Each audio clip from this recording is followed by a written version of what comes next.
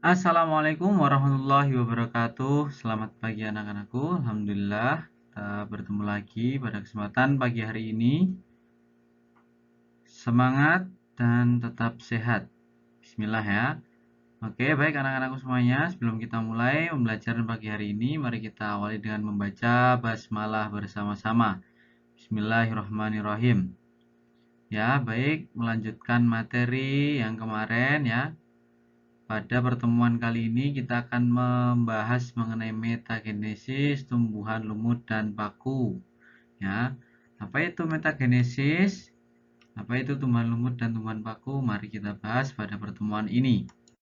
Nah, tapi sebelumnya, kemarin melanjutkan materi yang kemarin bahwa eh, kita membahas bagaimana kemudian tumbuhan itu dapat terjadi penyerbukan atau polinasi. Nah, setelah terjadi penyerbukan itu terjadi pembuahan ya. Penyerbukan itu ketika serbuk sari ya menempel pada kepala putik, kemudian dia akan berkembang dan masuk ke dalam tangkai putik sehingga dia akan menghasilkan zigot ya, yaitu prosesnya ketika serbuk sari itu memiliki inti vegetatif dan inti generatif ya. Inti vegetatif dia akan berkembang menjadi buluh serbuk sari ya. Nah, sedangkan inti generatif dia akan menjadi inti sel sperma. Nah, ketika inti sel sperma ini dia masuk ke sel telur ya, dia kemudian akan terjadi pembuahan. Nah, ketika terjadi pembuahan, dia kemudian dapat berkembang ya. Si sel telur dan sel sperma tumbuhan ini kemudian dia akan berkembang ya ke di dalam bakal biji. Nah, kemudian dia akan berkembang menjadi zigot atau membentuk calon individu baru. Oke, kita lanjut ke tumbuhan lumut dan tumbuhan paku. Nah, sebelumnya kita juga harus mengetahui mengenai apa yang dimaksud dengan metagenesis. Ya, metagenesis itu merupakan perkembangbiakan tumbuhan ya dalam konteks ini yang melalui fase generatif dan fase vegetatif ya. Fase generatif merupakan fase seksual terbentuknya sel gamet, sedangkan fase vegetatif merupakan fase aseksual. Nah, metagenesis itu juga dapat diartikan sebagai pergiliran keturunan dari aseksual ke fase seksual maupun sebaliknya. Nah, pada metagenesis ini terjadi siklus di mana organisme akan melakukan kedua fase itu baik aseksual dan seksual secara berkala. Nah, setiap pergiliran keturunan dia memiliki generasi gametofit ya dan sporofit. Nah, generasi gametofit merupakan generasi penghasil gamet ya, yaitu gamet jantan dan gamet betina. Sedangkan generasi sporofit itu merupakan generasi penghasil spora ya. Penghasil spora ini yang kemudian nanti akan berkembang menjadi tanaman baik lumut maupun paku. Nah, pada metagenesis ini kita yang akan bahas adalah tanaman lumut dan paku ya. Nah, lumut ya atau biopita. Lumut itu merupakan tumbuhan yang berbentuk eh, lembaran ya. Ada pula yang berbentuk seperti tumbuhan kecil, tegak ya, memiliki tinggi sekitar 2 cm. Sedangkan yang berukuran besar dia bisa sampai 20 cm.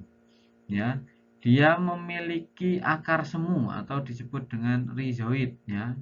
Dia berkembang biak secara vegetatif dengan stolon juga. Nah, di lumut ini dia memiliki eh, dua fase ya. Fase gametofit dan fase sporofit pada metagenesisnya ya. Si lumut ini tidak memiliki berkas pembuluh ya.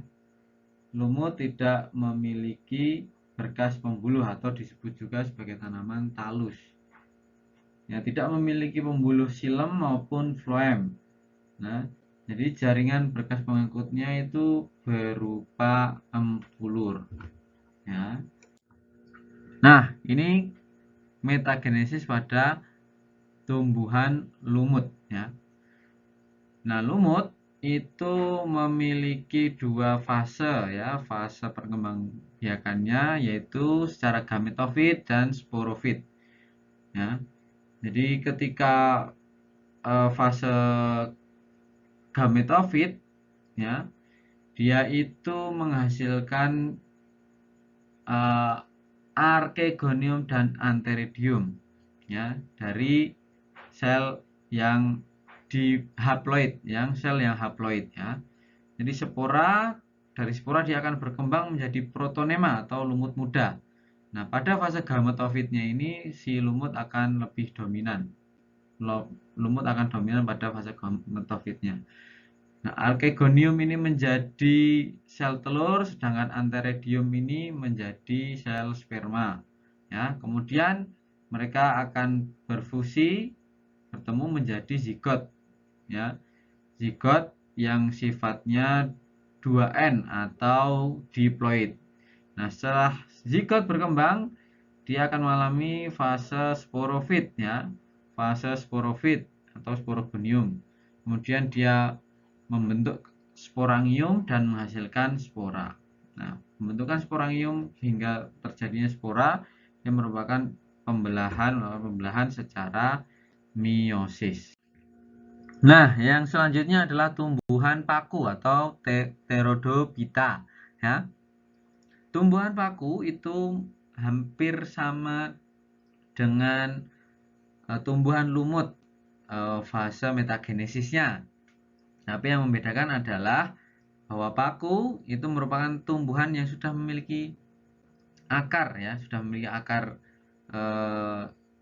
sejati ya, tidak akar semu ya.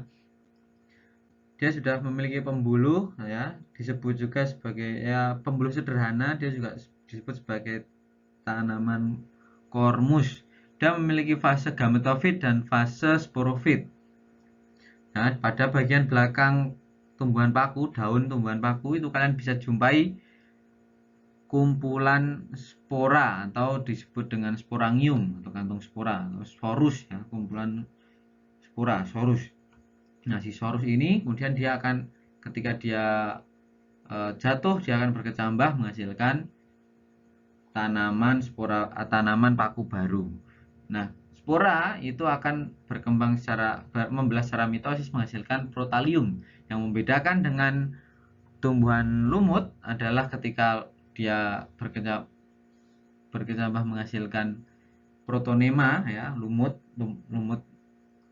Sedangkan pada tumbuhan paku dia menghasilkan protalium atau dia paku muda. Nah, pada masa ini disebut dengan fase gametofit.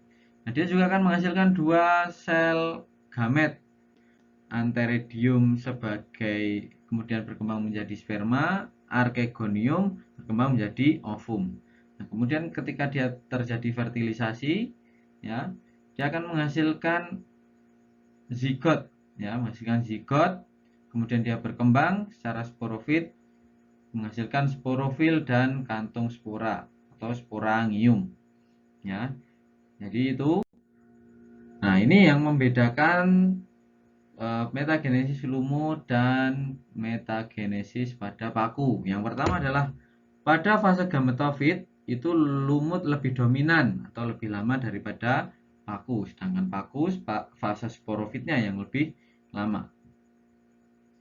Kemudian spora tumbuh menjadi protonema ya, lumut, sedangkan spora pada paku tumbuh menjadi protalium. Nah, pada generasi gametofit pada lumut itu berbentuk tumbuhan lumut itu sendiri. Sedangkan generasi gametofit pada paku membentuk protalium. Ya. Generasi sporofit adalah sporogonium itu pada tumbuhan lumut. Sedangkan pada paku generasi sporofitnya adalah tumbuhan paku itu sendiri. Kemudian pada lumut apabila dia berkembang dari spora dia memiliki kromosom yang diploid. Dan jika pada paku, tumbuhan berkembang dari zigot dan memiliki kromosom diploid. Ya, tumbuhan paku berkembang dari zigot, kemudian dia menghasilkan atau memiliki kromosom yang diploid. Baik, itu saja materi pada pagi hari ini. Dari Ustadz, saya akhiri. Terima kasih. Assalamualaikum warahmatullahi wabarakatuh.